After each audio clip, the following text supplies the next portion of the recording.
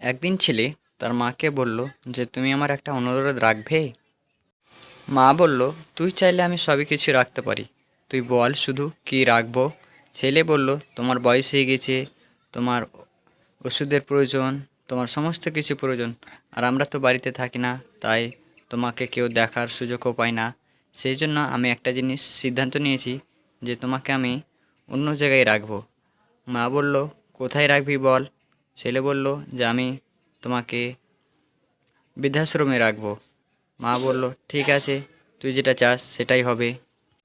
তারপর দিন ছেলে মাকে নিয়ে একটা জায়গায় নিয়ে চলালো এবং বলল, মা, এই দেখো, এটা বাড়ি, এবারে তুমি পূর্ব অঞ্চলের দিকে থাকবে। ছেলে মাকে নিয়ে বাড়ি নিয়ে গেল। যখনই কলিং বেল বাজালো তখনই দরজা খুললো এবং দেখতে অবাক হয়ে গেল যে সবাই বাড়ির এসেছে এবং সবাই মাকে হ্যাপি বার্থডে টু ইউ বলে অভিনন্দন জানালো। মা অবাক হয়ে গেল এবং মায়ের চোখে জল চলে আসলো। মা তখন বলল, এটাই তোর এ বাড়ি? ছেলে তখন বলল, হ্যাঁ মা, আমি কেমন করে তোমাদেরকে ছেড়ে থাকতে পারি বলো মা।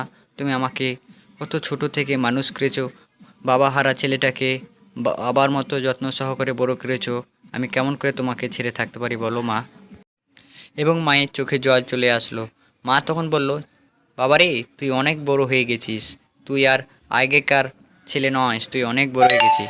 এই বলে আমাদের গল্প শেষ হলো। যদি ভিডিওটা ভালো লাগে থাকে তাহলে সাবস্ক্রাইব করতে ভুলবেন। আর যারা যারা মাকে ভালোবাসো কমেন্ট করতেও